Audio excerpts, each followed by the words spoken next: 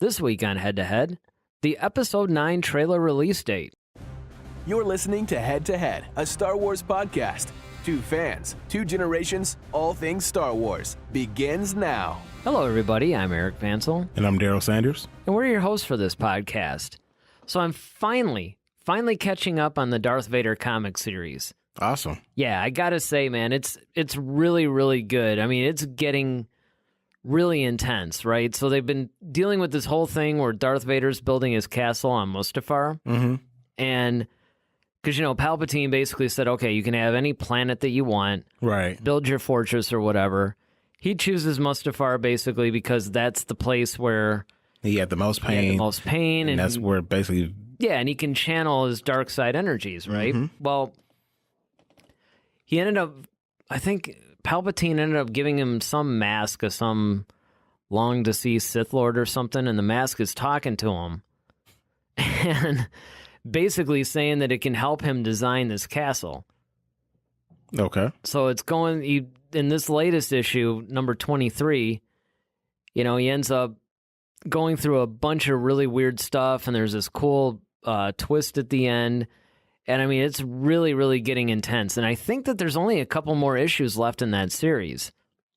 Cool. Yeah, I definitely got to check that out. I mean, I enjoy it. I basically read all the comics up until when he decided that's where he wanted to go to Mustafar. So I got to see how this it really plays out really well. And I mean, if you guys get a chance, the Darth Vader series, this latest one that they've done is been really superb. I mean, I think you'd enjoy it. I mean, there's other really great comic series out there, really most of them in the whole Star Wars thing, at least right now. You had the Star Wars comics, you had the Poe Dameron comic. Oh, man, you got so many of them. Mm-hmm. Dr. Aphra. Dr. Aphra. Yep. She's always really cool. There's the limited edition stuff, like they did the Last Jedi novelization in comic book form. Okay. I've heard really good things about that. Sweet. The Thrawn comic series, which I finished, that was like 6 issues. That was really good. So if you're a fan of Star Wars, and these things aren't just throwaway adventures either. I mean, they actually fill a lot of holes in the canon, and they really enrich your whole Star Wars experience, much the same way the novels do. So, be sure to check out the comics. I definitely picked those up. All right. Well, I think it's time to go to the Cantina. After reading comics, I get pretty thirsty. Well, I can always go for a drink. All right. Now, I know you can. So what do we got first? Well, let's talk about The Mandalorian. It's a new show that's coming out on the Star Wars Network. And they have announced that they have 2 actors already slated for that show.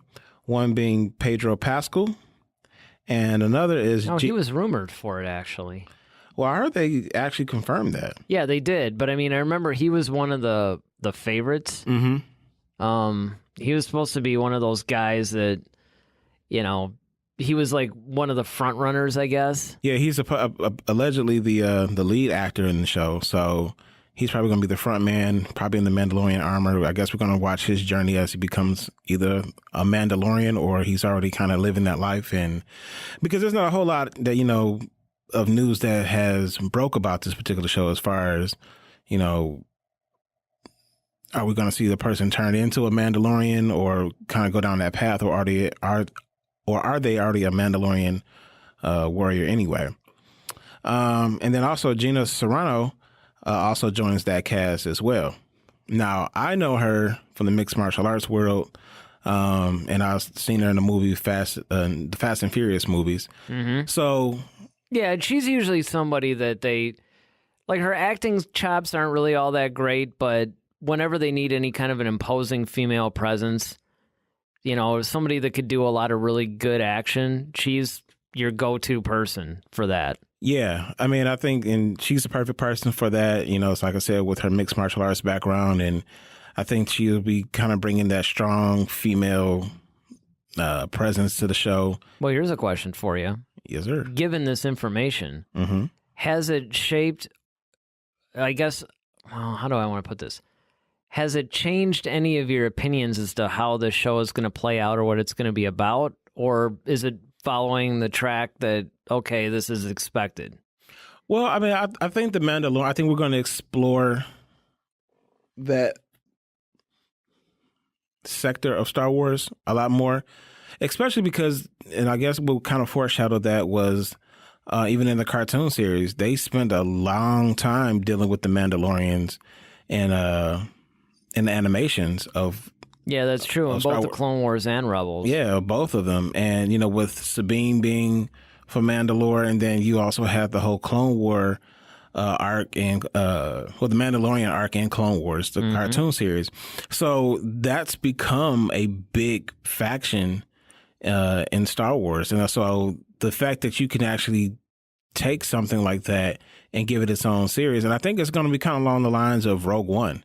You know, where you don't see the Jedi, but it's still a good action-packed series that you get to learn about some nitty-gritty folks and who are in the trenches, so to speak. Yeah, it's a good storytelling device because you can actually tell a lot of different stories through these characters. Yeah, and bounty hunters, I mean, they're always chasing someone new. So it's you know, and I just hope that, you know, we get to see some of our favorite, like Bossk or Cat Bane, or I think so. You know, some of those other bounty hunters that are kind of big in the Star Wars lore. So I'm really looking forward to it. And she might do Aurora Singh. I mean, who knows? Yeah, who knows? I mean, it's really interesting that the two series that they choose to start out with is the Mandalorian and then that Cassian Andor series. Right. Because once again, it's focusing more on the war part, and not the lore. And you can tell a lot of different stories, and certainly you can bring the lore into it. And of course, this is all going to be on Disney's streaming service, which, as we found out not too long ago, it's going to be called Disney Plus. It's going to be coming out in around late 2019, and they think that it might cost less than Netflix.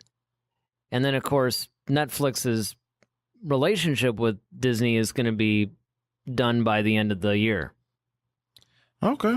So, you know, we have a lot to look forward to in, you know, the whole TV thing. So, Disney Plus, I'm looking forward to getting it.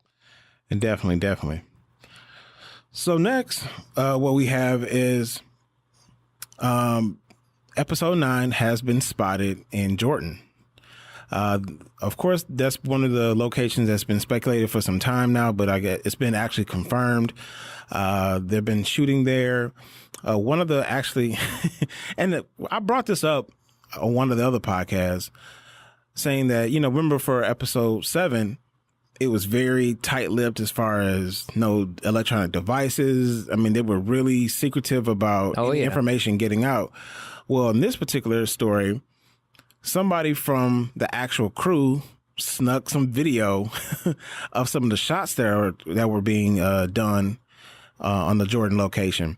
And that doesn't have anything to do with that story. Remember how somebody stole some camera equipment or something like that, and they were all freaked out because hard drives and stuff were actually stolen? Yeah. It didn't come from that, did it? No. This is, and this actually is funny because they were, you know how they always give, you know, the goofy names to the Star Wars movie like Blue Harvest and things of that nature. So this one is called Trixie, but it's like TR and it's like the Roman numeral. Yeah. So I'm like, okay, that's clever. But this one actually is someone from the actual set crew actually like pulled out their phone and I guess they were kind of getting some video. One was Rey running through the desert with her lightsaber drawn. Apparently it was actually ignited, and there's some explosions that was done with a green screen. And then there's another one with Finn, I believe it was Finn and Poe, where they're kind of roughly in the same location, and except for theirs didn't have a green screen. And so there's some plot details, some leaks that people were talking about as far as what Rey's doing on this particular planet, and when why is her lightsaber drawn, and apparently it's still the blue hue. So apparently she fixed it or corrected the lightsaber. So because remember it was broken. It was broken at the end of 8. So the fact that it's been put back together and it's actually blue says that either she repaired the one that or built a new one, or built a completely new one with that crystal. because the crystal was still intact. Yep. So that's a little news from... Maybe. if that was even really a leak. I mean, I wouldn't put it past JJ if, in quotes, quote unquote, a leak. It's like, okay, guys, somebody take out your phone and take this picture and we'll leak it or something. I mean, it's hard to say, really. I mean, I do wish that JJ would take more of the Ron Howard route, because one of the things that I thought was cool about what Ron Howard did, even Rian Johnson to a degree, but Ron Howard really did this, was he started taking all kinds of pictures, putting out semi-regular reports. They weren't really giving away anything, but they were enough that it more or less kept the fans happy and kept everybody, okay. Now, granted, that was a different situation because you had to do a little bit of damage control. Mm-hmm. Like, hey, we're reshooting, the entire movie after 80% of it's been shot.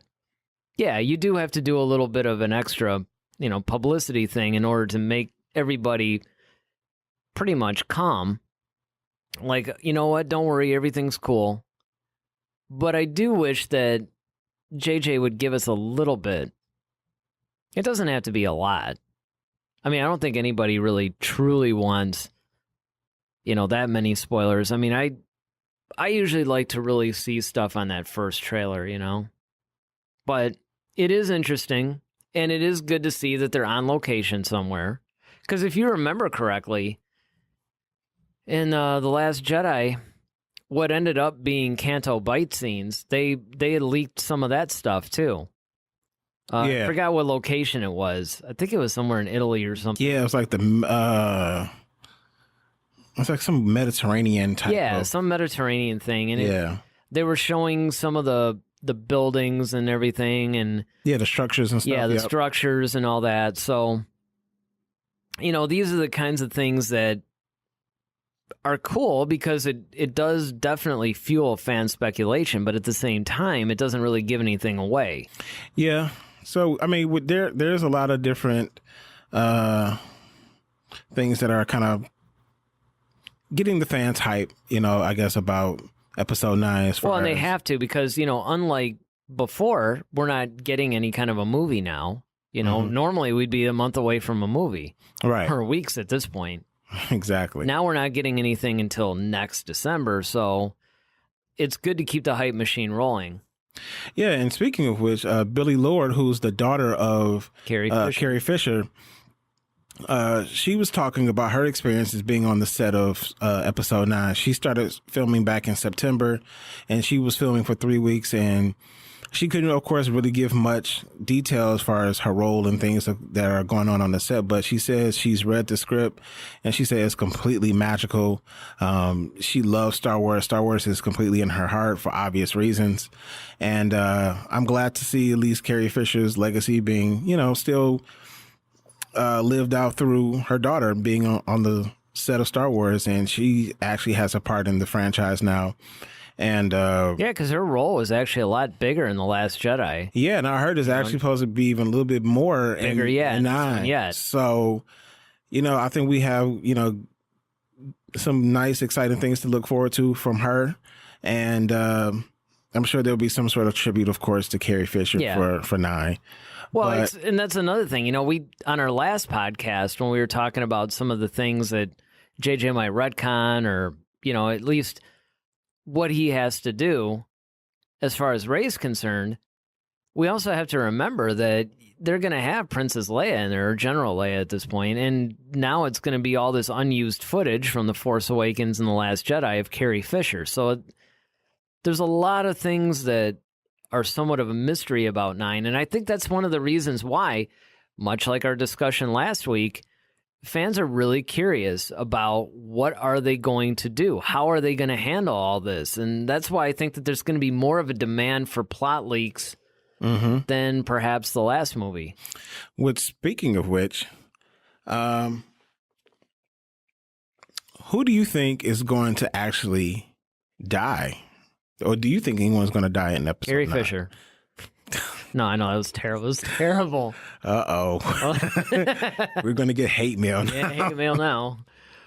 That's a good question. Well, it would make sense, though, all kidding aside, for them to possibly kill off Leia. just because I know that they had a plan, and hey, for all we know, that could have been the plan all along, because they killed off Han in 7, they killed off Luke in 8. Theoretically. Yeah, more or less. They could... It is going to be interesting to see who survives, because we did have that one article from Kathleen Kennedy months ago about how, of course, this is before Solo's box office disappointment and all that, when she was like, oh yeah, we're going to continue making movies, and you're going to see Kylo, and you're going to see Rey, and you're going to see Poe. And I mean, she's just like rattling off all these people, and some people were upset because it's like, okay, you're kind of giving away that they're going to survive 9 by saying this. Now, of course, you can always, say, well, it doesn't necessarily take place after 9, right? These could have been adventures beforehand or whatever, but I think it's a pretty safe bet that most of the main characters, the new ones, are probably going to survive. I could see Kylo dying.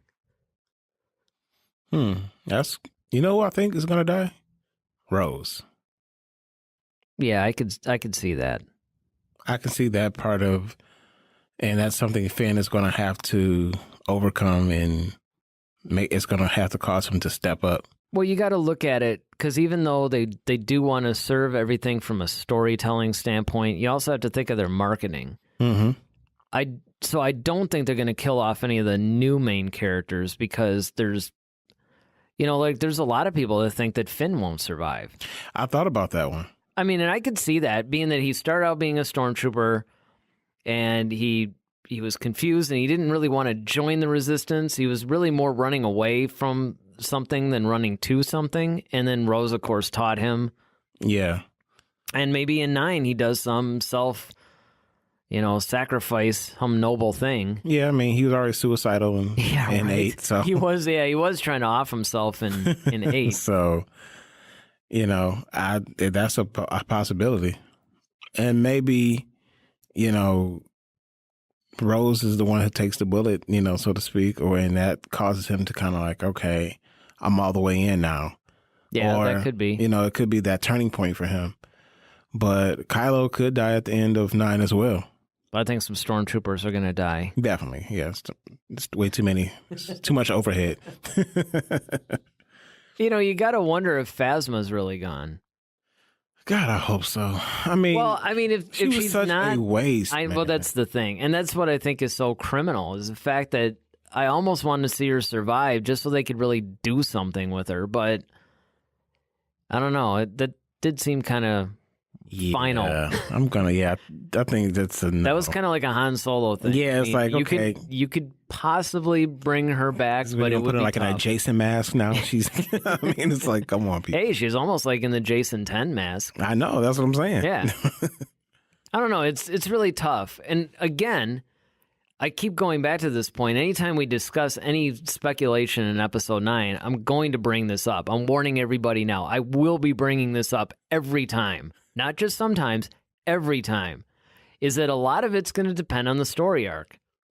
Well, yeah, but then we don't know. But also, I feel like, once again, if you bring, let's just say, hypothetically, you do bring Phasma back, that's another, and you have to tie up eventually. And it's like, it's already been done. Like, you had an out. Like, just, well, but I'm talking about more in dealing with who's going to survive. Oh, well. Yeah, because again, it's like, if you give me even a basic plot synopsis, like, you don't have to give me like the whole spoiler. If you just give me a basic plot synopsis, the speculation will make a lot more sense. Mm-hmm. Because right now, without really knowing the story arc, it's really difficult to say. I mean, I can go, okay, from a business or marketing perspective, it would be a good idea to keep these guys alive so you can keep the Star Wars machine rolling. From a storytelling aspect, since we had the first 2 parts, you could say, well, like what you just said, it would make sense for Rose to die. Mm-hmm. And it would, depending on what the story is. It also would make sense for her to survive. That's where it gets really, really tricky. I'm wondering if they're going to kill Lando off. I don't really think that they would bring him back just to kill him off. Yeah, but so. It would be really interesting. Yeah. some have theorized that Chewbacca could end up dying. That would hurt, man. Like, Chewie going is like you have to put your dog down or something. Like, if you really want to kill the entire Star Wars fan base, myself included, like literally putting an arrow through my heart, have the Falcon crash and be destroyed and kill Chewbacca in the process. So both Chewbacca and the Falcon are gone. Because the Falcon at this point is another character. Yeah, it is. It's like it's iconic. Yeah, you can't blow it up or destroy it or no. That would be more painful than anything else. Because with Han gone, at least the ship that is a part of him. Yeah, it's like and L3. Yeah. Don't forget, she's in the Falcon. True. So I mean, it would just be terrible if they did that. So I don't know. Yeah. Well, you ready to wrap this up? Yeah. I'm finishing my last sip of the old drink and ready to leave the cantina. All right. Let's head on out. All right. What do we got next? Next, we have Duel of the Fates. So for today's Duel of the Fates, we have Qui Gon Jinn or Obi-Wan Kenobi. Who would you rather have as a teacher? Wow, that's a tough one. I say that a lot too. But it is. I'm going to go with Qui Gon Jinn. And the reason why I'm going to go with Qui Gon is because, Obi-Wan just doesn't have the best track record as a teacher. I mean, he tries, and it's not like he doesn't know anything. Like, I actually think that his best teaching was in Revenge of the Sith. Like, I think he kind of had it down. Mm-hmm. The problem is that it's almost like if you have a kid and you more or less screw up your parenting, but then you try to be a really good parent when they're like 15 or 16. It's kind of like too little, too late. Yeah. I think that's what happened with Obi-Wan and Anakin, is that you finally learn that balance between being his friend, being his mentor, showing that he really cared about him and everything. But Anakin was already too far gone. And I think that's Obi-Wan's problem, is the fact that he's almost too dogmatic in certain things. And he doesn't allow people to make any mistakes without severely coming down on them. Yeah. Whereas Qui-Gon was more about learning from your mistakes and letting them stretch out and not always following the rules. Like, sometimes you have to break them. And, he just seemed like he was a more patient teacher. If you just look at the way that he dealt with Anakin in Phantom Menace versus the way Obi-Wan dealt with him, Qui-Gon was more nurturing and. Well, I think. Well, first of all, I agree with you. I would have Qui-Gon as my instructor as well, because even from Phantom Menace, Obi-Wan was like riding Qui-Gon about, you got to follow the rules. You got to follow the rules. Right. It was like the Padawan was actually trying to scolding the teacher. Yeah, exactly. It's like, well, if you would just follow the rules, you'd be on the council. But he's just always fussing at him, and it's just like, but I love the way that Qui-Gon actually used wisdom in his teaching, because one of Obi-Wan's points was, Master Yoda said, always be mindful. And he was like, well, not at the expense. He's like, well, not at the expense of the moment. Mm-hmm. So yeah, you should be mindful of the future, but not at the expense of the moment. Like, if the moment commands your attention, you have to give, that's your first priority. And so I think that he could see that Obi-Wan was very, as you said, dogmatic about the Jedi Code, and Obi-Wan was very by the book. Whereas I think Qui-Gon learned that, okay, the Jedi Code, he follows it, but sometimes you have to bend the rules in order to get the job done. Or sometimes you have to bend things in order to be effective. Right. And I think that's, once again, in life, like, everything is not in black and white. Sometimes in life, you do have to make decisions that aren't necessarily by the book, because circumstances just call for that. And, the other thing you got to look at with Obi-Wan too is that he was more or less authoritarian about everything. Like, he was trying to show that he was in charge. You know, you will learn your place, young one, and all this stuff, and embarrassing him and everything. Now, see, if the question had been, who would you rather have, Qui Gon Jinn versus Ben Kenobi? Now that would be a tougher choice. You think? Okay, well, what's because now the Ben Kenobi version of Obi-Wan was very much wise. You know, he was very patient. He would rein Luke in a little bit, but not to the point where he was squashing him. I still think that very Qui-Gon of him. I think Qui-Gon will still be better than Ben Kenobi, simply because Ben was more vague, and I think Qui-Gon was more direct. He was more just, okay, look, this is what it is. You know, well, and I think that's he probably wouldn't have hidden the fact that Vader because was his father. Like, you know, he would have taught him how to deal with it. Exactly, and I think that's one of the things that, you know, he basically was trying to even tell the council. Like, he was just upfront with the council. Like, look, yes, this is who I believe this kid is. I want him tested. You know, okay, well, fine. If you want to do it, I'll do it, because I see, you know, once again, he sees that it needs to be done. And I think had he survived, I think Anakin would have been all right. But, you know, I think this is one of those things that Qui-Gon gets circumstances. He gets that everything is in black and white. And I think his personality would vibe with a lot more people, just simply because he's not so rigid. Well, the only problem is the only two people that we ever really see him teach are Anakin and Luke. You know, and I mean, the problem with Anakin was the fact that, and this is why I think that they went through so many issues, is the fact that they became legitimate friends. Like, they were like brothers. So Anakin didn't see him. He saw him as a mentor, but there was also a definite friendship there that would, you know, that I think that if Qui-Gon had lived, even though they would have been, you know, friends to a degree, there always would have been that master student. Apprentice. Yeah, you know, that mentor. Well, I think, because of age, maybe. You know, because, I mean, I just think that there's that separation there, and then Anakin wouldn't have really felt, I think he would have felt a little bit weirder about rebelling.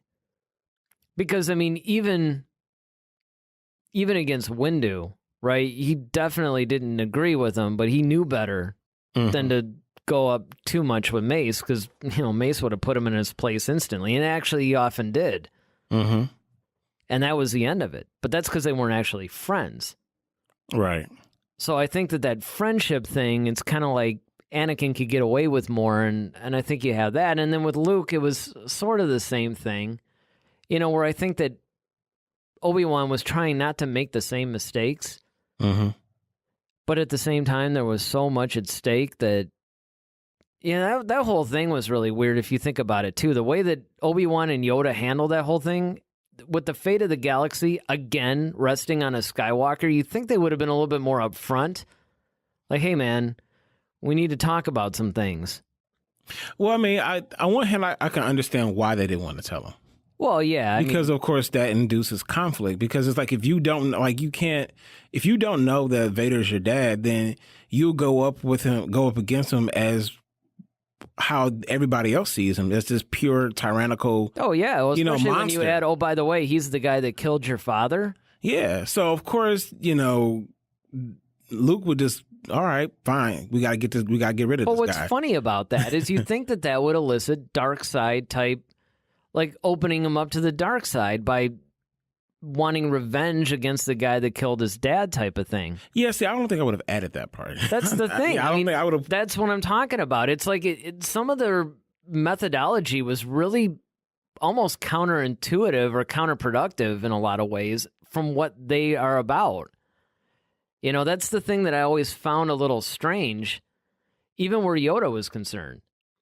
And that's why I think that, you know, once again, this reinforces why I would stick with Qui-Gon, because he was more of a straight shooter. You know, he was more, I think, consistent. But yeah, there's a lot of things in the original trilogy, the way that Yoda and Obi-Wan handled Luke primarily, that I was always thinking, for the fact that the whole fate of the universe falls on this guy, in the fact that you keep warning him against going, to the dark side, but then you keep doing things that could sort of push him there. Yeah, and I don't think they even took into account to think that Vader would ever find out that was his kid. Even though his last name is Skywalker. Well, yeah, because I don't think at that time, they expected Luke to be the one to blow up the Death Star at that time. He had to, because he was the only one left who was able to do it. But well, that's true. If it had been Wedge or somebody, yeah, he would have gone completely. He would have been safely anonymous. Yeah, that's true. But since he's the one who blew it up, now that puts your name right up on the radar list, and of course Vader feeling this guy like, okay, once again, there's a lot of things that put into motion. But again, this is one of the reasons why I say that they should have equipped him more. Though this is why, okay, I can understand. Maybe in A New Hope not mentioning that he's your father or something like that. But you would have thought that maybe... because even Yoda in Return of the Jedi was like, oh, he told you? Well, that's unfortunate. Yeah. It's kind of like, did he even see that coming? But then he was right, but Yoda was right, though, to a certain degree. Well, yeah. Because he was like, well, I can't face my own father. I can't kill my own father. And that's what they were trying to prevent. They were like, well, you got to do something because you see what I'm saying? It's almost you're darned if you do, darned if you don't. Because if you tell him that he's your dad, he's not going to want to go do that because he's going to want to try to save him. And they probably figure dude, he's long gone. But if you don't tell him that that's his dad and he just goes after him like he's just a regular, like he was Palpatine or something like that, it's just kind of which also begs the question too. It's like, okay, well, let's just say he did actually take out Vader. Are you going to really send Luke up against Palpatine? Exactly. It's like, see, once again, that's why you can't read too much into it. Yeah. That is a little odd. You almost wonder if Yoda at that point would have joined him against Palpatine. Or at least prepared them a little bit more. Like, okay, we really... Yeah, it's good time job. for the advanced core. Yeah, right? exactly. Great job. We're proud of you, But we'll take you out to Red Lobster or something. But yeah, we got to get you ready for the next fight. This is the Drago. Yeah, exactly. Yeah. Yep. These are the more paper champions. Now you got to go against the real thing. Yeah. So I think Qui Gon ultimately would have been a better I think we teacher. agree that Qui Gon definitely is the better teacher. What do you guys think? You think that Qui Gon was a better teacher, or do you actually disagree and think that Obi-Wan was a better teacher? Let us know at HeadToHeadSW on Twitter or Facebook. All right. Next we have what? From a certain point of view. Oh, yeah. One of my favorite ones. This is our feature topic. Even though, as we often say, just about anything on this show could be a featured topic. But this is the one that we'd like to spend a little bit more time on. So what do we got today? Exciting news. So, found out that the episode 9 trailer will be ready roughly at the beginning of 2019. So, they're speculating that it's going to be ready by the Super Bowl. It's got to be the Super Bowl. If it's going to be in the beginning, that's... Yeah, that makes the most sense, business-wise. Completely. And essentially... they actually have enough pieces. Hopefully, we're going to actually see some stuff, maybe from Act 1, 2, and 3 of Episode 9, of some clips of what it would look like. And I'm sure after we see that, we're going to be just the show's going to be hot. Yeah, our speculation meter is going to be off the every certain point of view is going to be about Episode 9. Absolutely. So we're looking for the Super Bowl, which is February 3rd. I believe that's when the Super Bowl is this year. 2019. Yeah, I think you're right. So I think that's really good. And then they're also saying that the full-length trailer should be out by April for Star Wars Celebration. That makes sense. Because they have to make Star Wars Celebration heavily about Episode 9. They have to. They have to push the heck out of that. They're going to do that, and they're going to push a lot of their TV stuff. Yeah, definitely. And Celebration is in Chicago this year. Yeah, I know. Well, no, 2019. That's right around the corner from us. Yeah, man. it really is. I mean, I want to go so bad. I just hope that nothing comes up, because that's the problem in the job. You know, we have events and stuff that come up all the time, but you could bet that I'm going to put in for that. Yeah. You know, so hopefully, you know, I could protect it. I mean, the thing that's weird about it, though, isn't it like, was it like 5 days or something? Yeah, it's like at the end. It's like mid-April. It's like April 23rd or 21st or something like that. And it's like 3 yeah. or 4 Well, what's days. actually funny is, you know, because we're slated to go to NAB this year. Oh, So this would be the one time. Yep. The one time. I've never been to an NAB yet, but the one time that I'll get to go is when Celebration hits. But, you know, I was thinking too, 5 days, only have to do like 2 days maybe of Celebrate. I mean, it would be cool to do at least 3 days. that'd be a good duel of the face. NAB versus Star Wars. Yeah, it wouldn't be much of a duel. Well, yeah, I guess it would, because I'd be Fate of your curious. paycheck versus the fate. Well, it's not even just that, but besides, you know, a lot of the video gear, they do a lot of podcasting stuff for NAB. Mm-hmm. So, you know, all the latest stuff. So, what do you think we're going to see in the teaser? Like, okay, so, and I didn't know this until recently, but there's like separate studios that are just specifically dedicated to putting together trailers. like teaser trailers Yeah. and trailers like that. Yep. I thought they were always just done by the... No, there's like usually a whole separate post-production staff that their whole job is to put together trailers. So, what do you think? I think it's going to be a lot like the episode 7 teaser.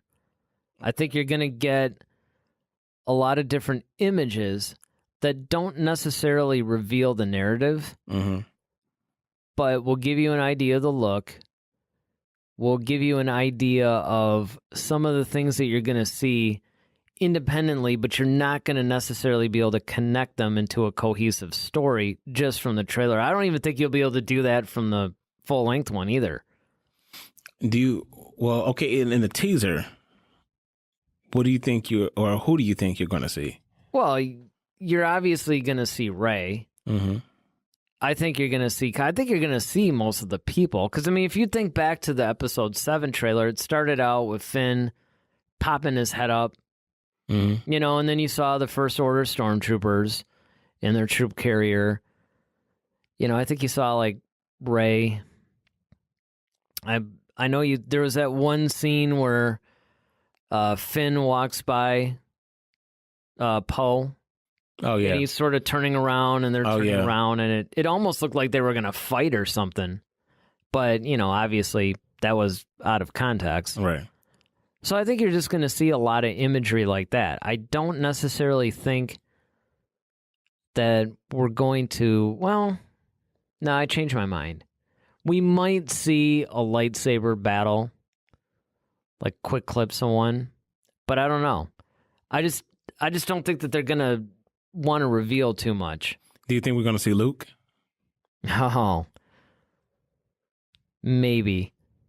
But if we do, it'll be one of those things where he's just like a Force ghost and he just like turns his head or he looks up or maybe we just hear him. Like maybe we just hear his voice. Or we hear him. Yeah, I mean, it is going to be interesting because once again, almost other than episode 7, this is one of the most wide open thing. You really don't know based on, because, you know, when last we leave the Resistance, they're in a ship. Mm-hmm. I mean, they're in the Millennium Falcon. It's not even a big ship. Right.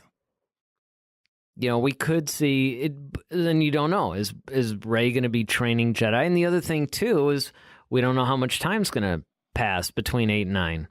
Yeah, I mean, that's why I'm anxious to see the look of how the characters, because there's a definite different look between, even though 8 picked up right after 7, there still was little changes between Rey in 7 and 8. So, I'm thinking that we're probably going to see a big look change between our characters, whether it's Kylo and Rey or... Well, they did reveal at one point, I can't remember if it was Finn and Rey or just one of them, but they actually showed their episode 9 costumes. Mm. And they were definitely a little different. I think I wonder if they're going to show Leia. Yeah. You got to wonder, because that would just be like that moment, like, almost at the end of that teaser, to show Leia, like, one last time. It's almost like one last time, and I think that would get a lot of people excited just to see her pop up on the screen. Well, especially when you consider the fact that I think we can agree that it's going to be in the Super Bowl beyond question. Yeah, definitely. And being that that's going to be the biggest audience that they're going to have at one time, see, that's what actually makes this different from the Episode 7 trailer, because it was around this time. Actually, I think it was on Black Friday that we got the Episode 7 trailer. Mm-hmm. So because of that, it was a slightly different time. Whereas if you go to now the Super Bowl, you have this huge audience, it would make more sense to show some of your more money shots. Mm-hmm. And seeing General Leia would definitely be one of those. Definitely. I don't know. It's tough. Yeah. I mean, I'm just glad that we're finally going to get it. I mean, I think they might show Lando. Maybe, or yeah, they might show that. They might show that for the full trailer, like Lando's in this too. Like, well, and that's the other thing too. What are they going to show? And here's the other thing. And this is I think it was Rogue One. Rogue One's the one that got, because remember how like 80% of that trailer didn't even make it in the movie, right? Especially that one awesome TIE fighter scene. Oh man. Yeah, that still bums me out that they didn't. I know, it's a source of contention. But I mean, I don't know. We'll have to see. I mean, it's because the thing that's really interesting to me about trailers, especially editing myself, it's like you don't want to give away too much, but you need to give away enough to capture people's interest and make them want to see the movie. Yeah, I was just about to say that because, as I was reading the story and they were just saying like, they cut the trailer, a million different ways because you're trying to find the best way to get the best bang for your buck, was like for the fans to get excited and it's enough for them to whet their appetite for it, but you don't want to give too much away.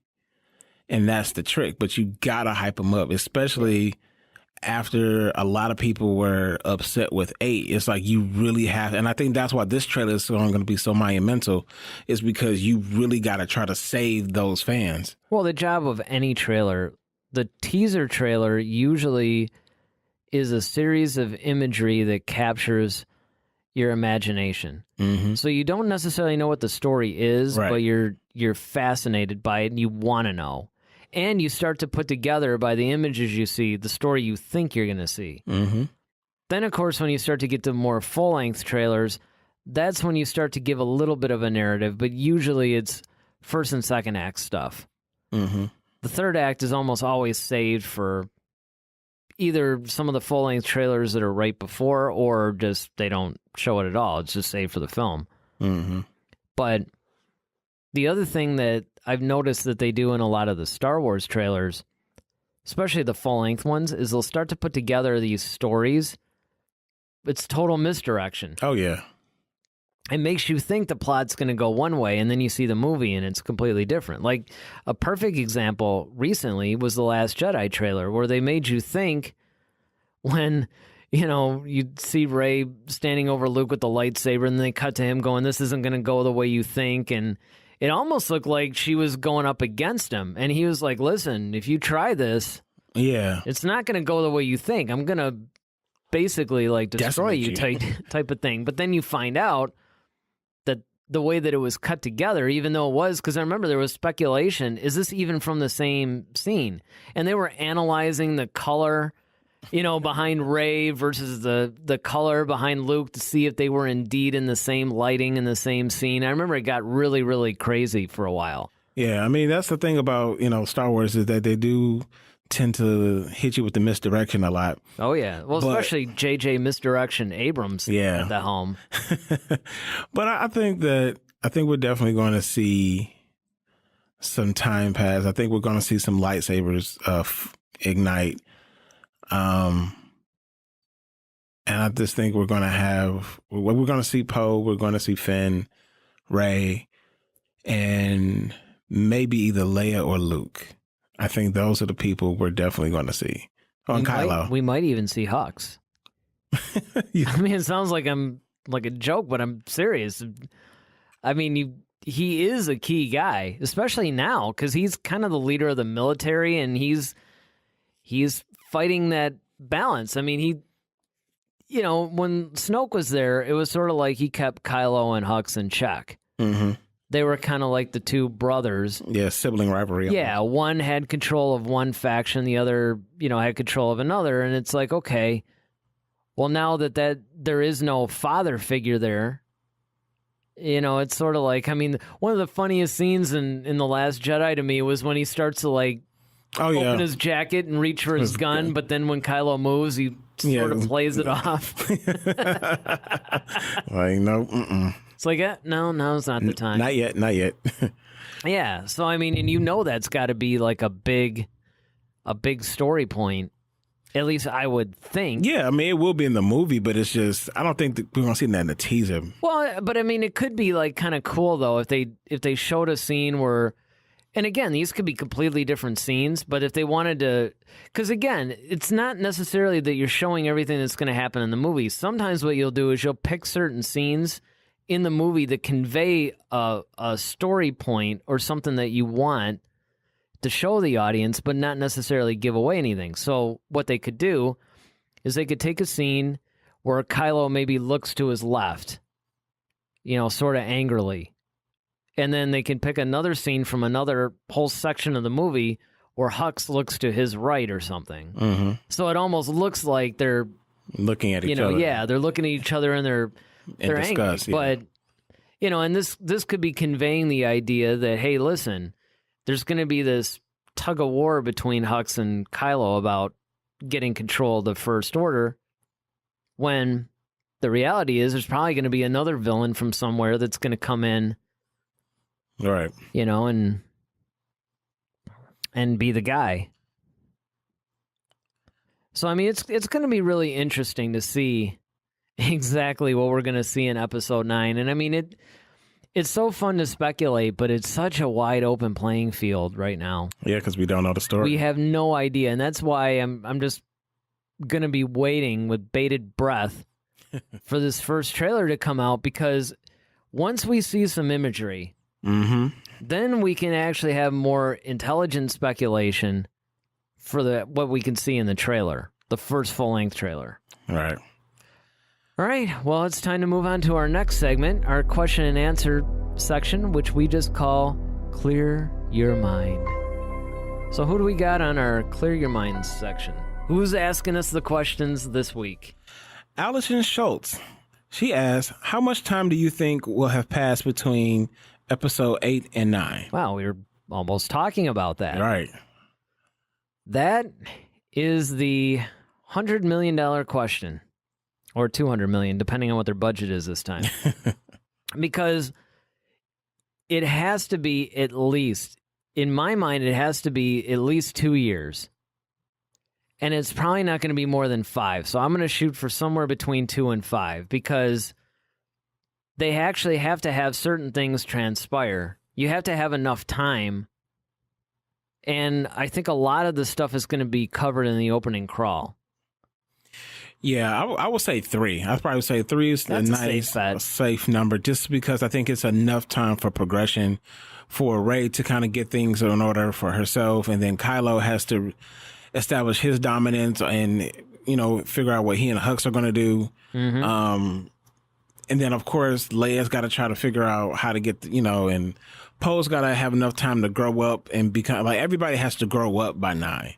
Yeah. And I think that's, in 3 years, that's, with everything that will be going on. Yeah, it's long enough for them to do what they need to do, but it's not too long. Because, in the prequels, we had like these 10-year gaps in some cases. Yeah, and I think both sides have suffered their own defeats.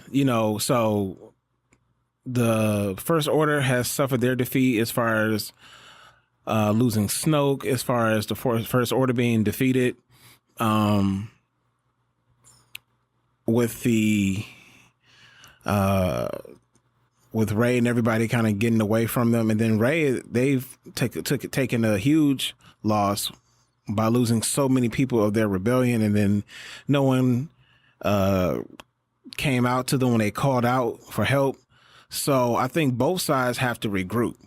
And Not to mention the fact that Rey you have to give her enough time in order to be interesting in this movie. She has to have enough time to really get into the whole Jedi thing. She can't just be finding this stuff out piecemeal, you know? It's got to be that whole, like, when Luke showed up in Return of the Jedi in that black robe, and everybody's like, whoa. Exactly. And she's like choking from Gormarian guards, and, you know what I mean? Like, well, I mean, because if you think about it, we clearly see now that she has the Jedi text. Right.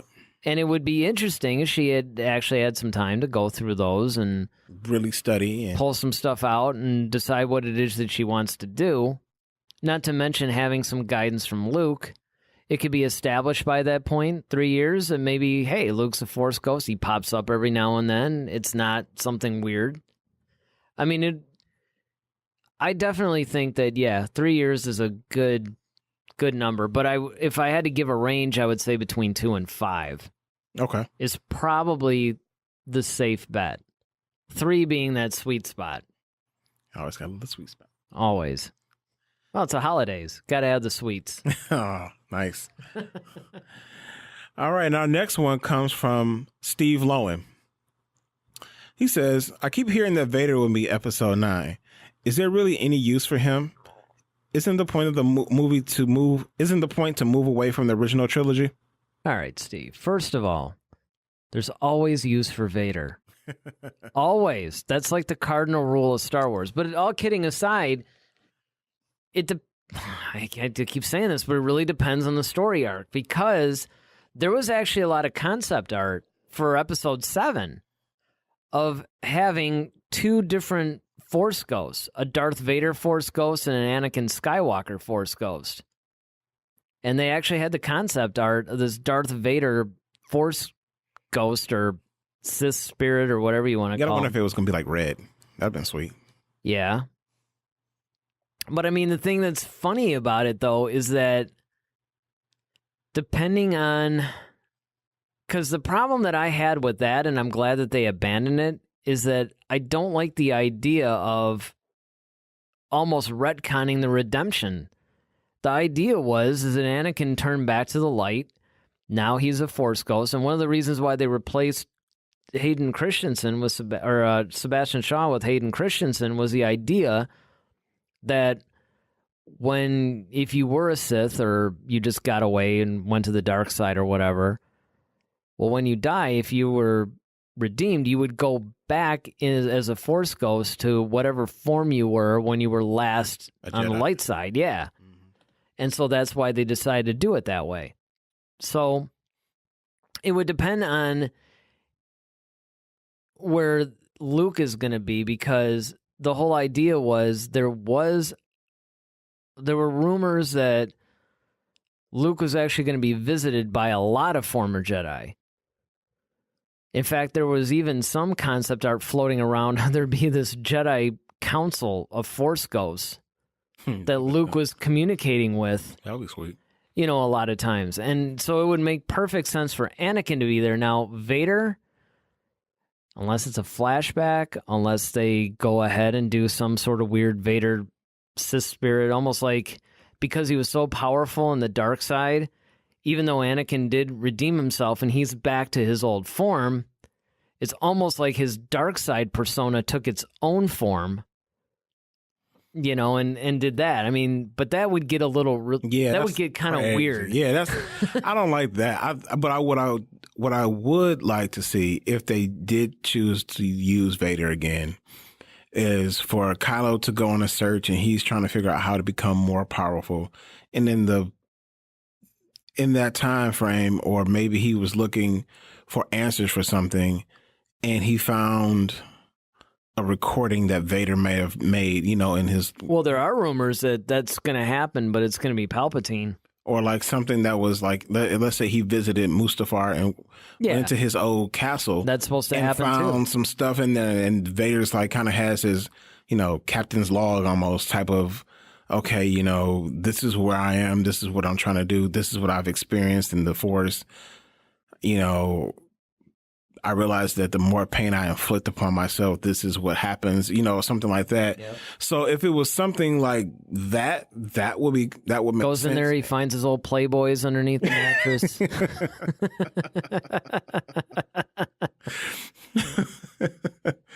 It's like that Anakin Padme holocron. And Twi'leks and Hustlers. Yeah, right. Exactly. But yeah, I mean, it's that kind of a thing. And I think that there was talk, actually, of Kylo going to Mustafar and seeing some of Vader's old stuff or whatever. And that would make sense. And yeah, I wouldn't even say the point's necessarily to move away from the original trilogy as much as expand upon it, enrich it, because you have to think about it. Even if you look at the United States as a country, we keep going back to our history and we're referencing it, we're learning from it, if you look at the narrative of the country, not that I'm going to turn this into some kind of crazy history lesson, but the point is that on one hand, we're trying to grow and evolve as a country, but at the same time, we're always going back to the Constitution. We're always going back to this is the stuff the founding fathers, when they had the idea of forming this country, this is what they wanted to stick with. And that's what the original trilogy is like. Yeah, it was a good analogy. It's the template.